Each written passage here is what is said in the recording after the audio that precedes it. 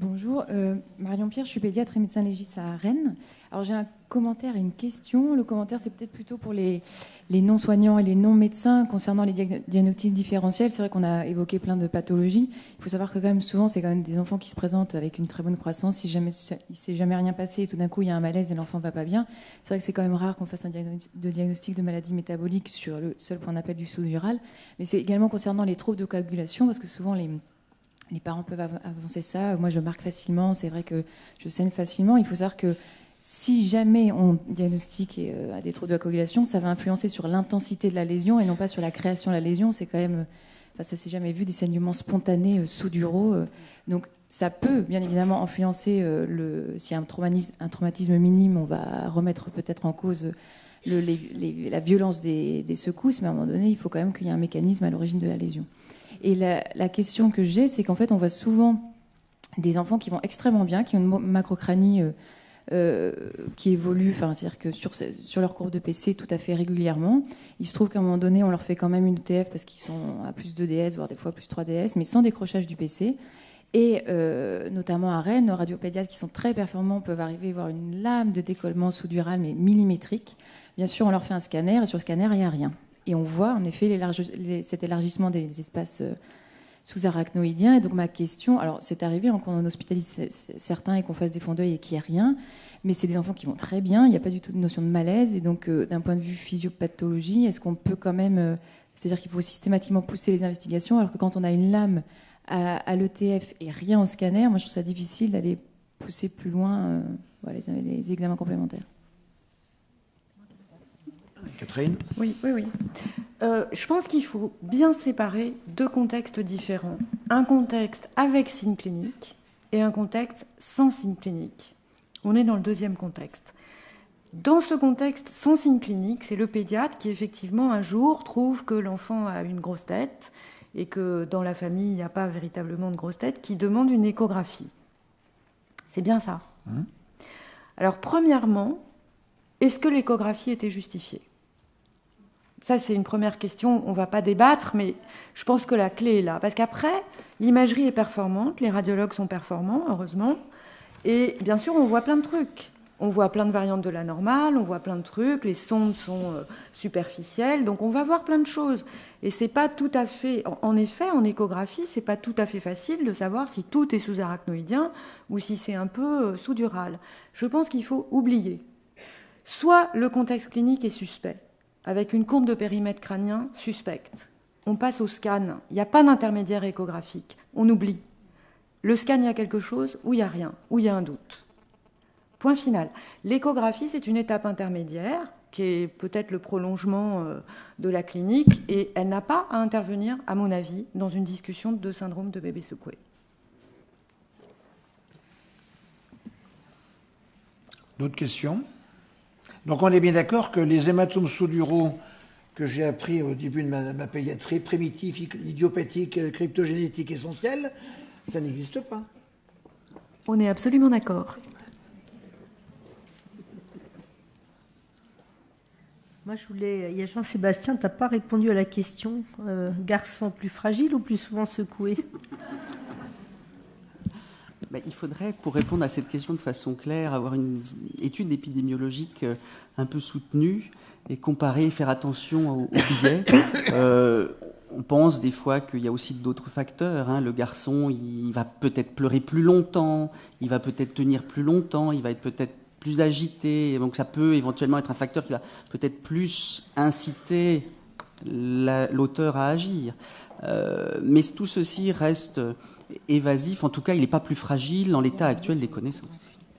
Et moi, il me semble que... il faudrait aussi se pencher. Tout à l'heure, on a parlé de l'aspect psychologique ou de l'aspect je sais pas quoi, mais je pense que il faudrait étudier le comportement de l'adulte, qu'il soit homme ou femme, vis-à-vis d'un enfant, garçon ou fille.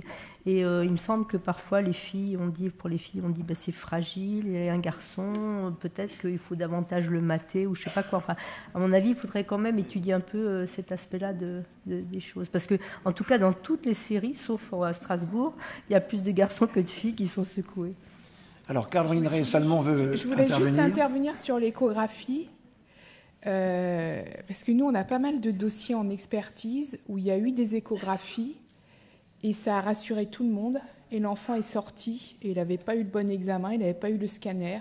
Et il a fallu attendre des jours, des semaines, parce qu'il a été ressecoué de faire le diagnostic. Donc moi, je trouve que c'est très confusionnant, cette échographie.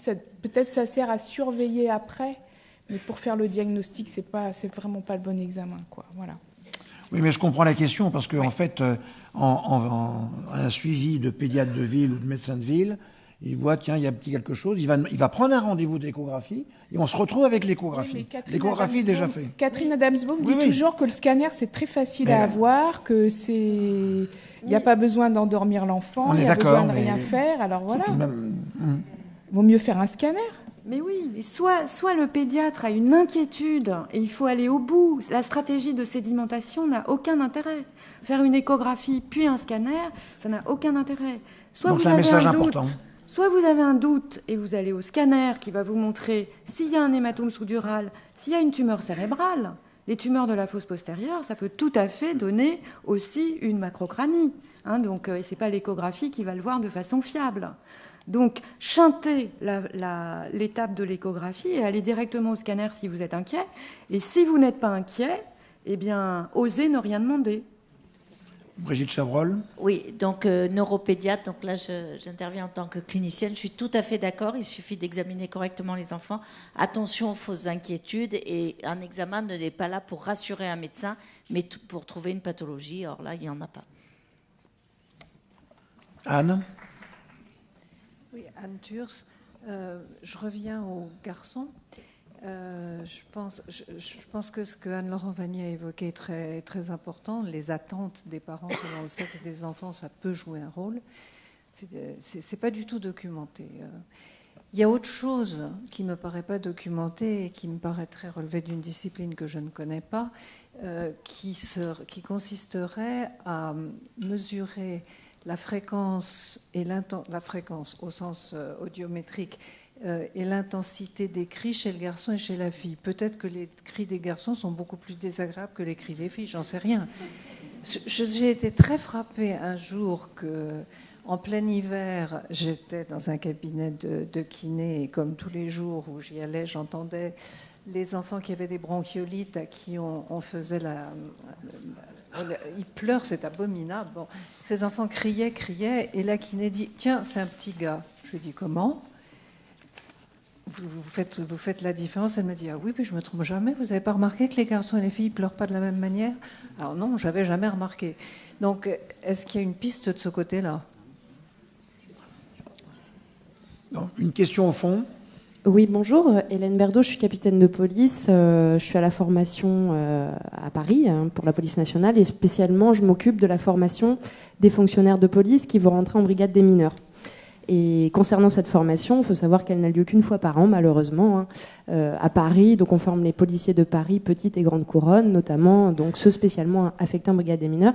Donc, ma question est la suivante. La formation a lieu la semaine prochaine, donc le hasard du calendrier est plutôt positif là. Avez-vous un message à leur faire passer, notamment en termes de qualité de rédaction des réquisitions, témoignages en cour d'assises? Est-ce que les policiers qui témoignent en cour d'assises, de par le vocabulaire employé, ne sont pas amenés dans certains cas à vous mettre en porte-à-faux en vos qualités d'expert? Avez-vous des remarques à faire que je puisse ensuite véhiculer la bonne parole, puisque ce sont des policiers actifs qui sont toujours en fonction, et on a peu d'occasions d'avoir ces journées de formation et de rencontres, notamment pour la police nationale. Donc voilà, je suis là pour recueillir vos remarques, si vous en avez. Merci. Merci beaucoup. Sur les réquisitions, moi, je n'ai pas de choses particulières à leur dire. Ce que j'aimerais beaucoup plus trouver dans les auditions, c'est la description de l'enfant juste après l'accident, entre guillemets, qui va être rapporté par la personne. Ça ne va pas être toujours des secousses, mais vraiment la description de l'enfant sur un peu tous les indicateurs que je vous ai donnés, sur le tonus, sur la couleur, sur la réactivité, etc. Ça, je trouve que c'est très important.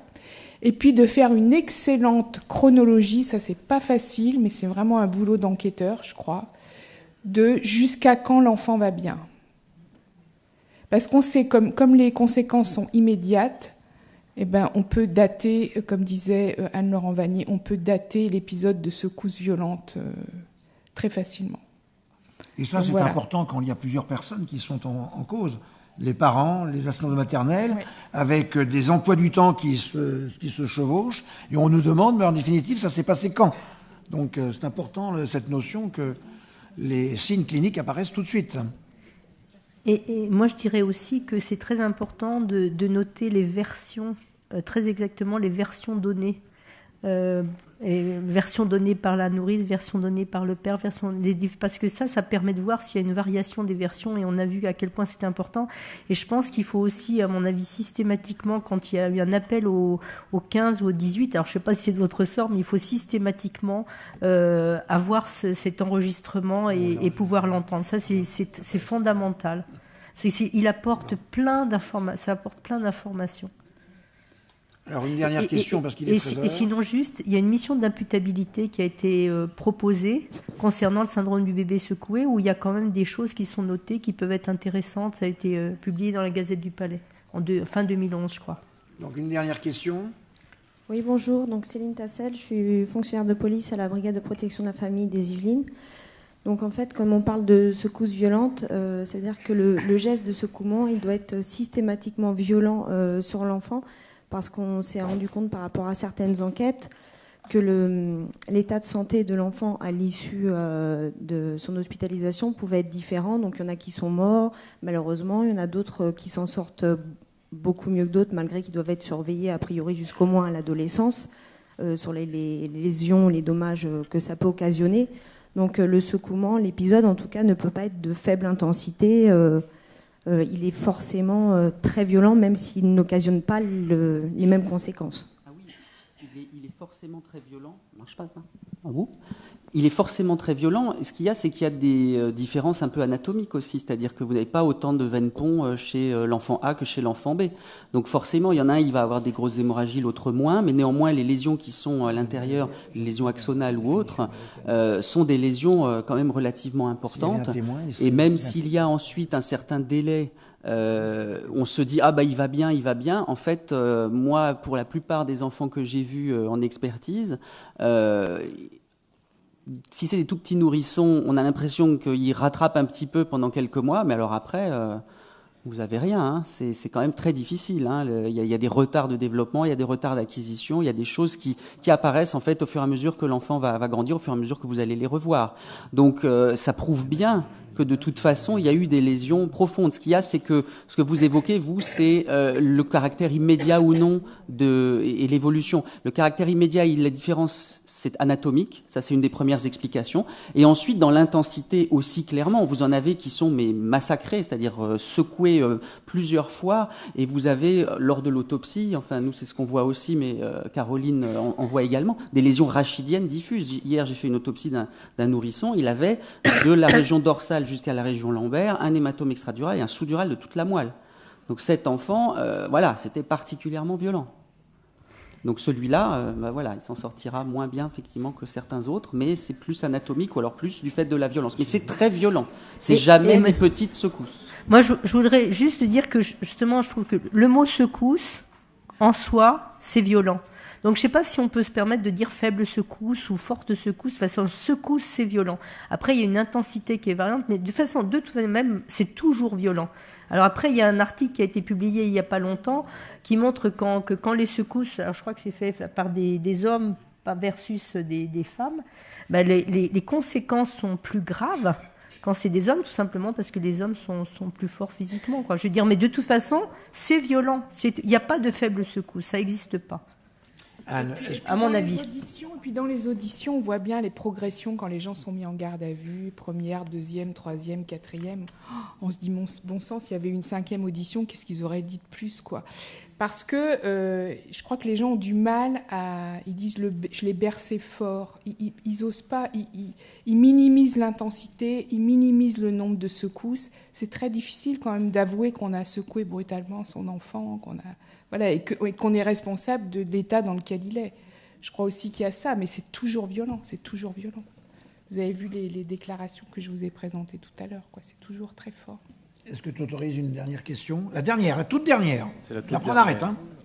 Je vous le promets, je suis Bernard Colomba du Fonds de garantie des victimes d'infractions. On intervient justement pour indemniser ces bébés secoués. Alors, je suis très étonné de l'affirmation que vous avez pu donner en disant qu'il était très facile de pouvoir dater les secousses. Parce que j'ai de nombreux dossiers dans lesquels, lorsqu'il y a eu plusieurs intervenants, que ce soit une nourrice ou l'entourage de la nourrice ou même les parents, impossible de dire à partir de quand les secousses ont commencé. Alors on nous donne une période ça peut aller de plusieurs semaines à plusieurs mois même, et on se retrouve avec des auteurs inconnus en fait. Le bébé a été secoué, mais on ne sait pas qui l'a secoué. Et l'instruction conclut absence d'infraction contre quiconque. Ah oui, parce qu'il y a personne. Et ça, c'est assez fâcheux. D'abord, la science a progressé, hein, parce que cette histoire d'immédiateté des symptômes, on en a parlé lors de l'audition publique en 2011. Puis là, ce qui nous a été apporté ce matin par Caroline Ressalmon et Catherine Amazon, c'est un élément supplémentaire qui est en faveur de l'immédiateté des symptômes. Donc en fait, l'imagerie ne peut pas... Anne, mais parfois même, les gens nous disent que c'est pendant les secousses. C'est même avant la fin, ouais. Quoi. Donc en fait... l'imagerie donne... Là, pendant longtemps, on a regardé surtout l'imagerie, mais je pense que c'est vraiment très, très important de s'intéresser à la clinique en parallèle. Et c'est l'histoire très précise, si on arrive à la reconstituer, qui peut permettre de dire à quel moment il y a eu secouement et ressecouement. Voilà. Je pense que votre question en comportait une deuxième. C'est-à-dire que la datation clinique concerne la dernière secousse. Votre question sous-entendait à partir de quand ça a commencé. Et en effet, là, on n'a que des indices. On peut avoir des indices en imagerie, on peut vous donner une notion, mais ça ne sera pas précis. On peut vous donner éventuellement des notions cliniques s'il y a suffisamment d'informations dans le carnet de santé. Par exemple, une ecchymose, une fracture inexpliquée 3 mois auparavant. Il est probable que les violences ont commencé 3 mois auparavant. Ce sont des exemples. Mais c'est vrai que le butoir inférieur n'est pas très précis.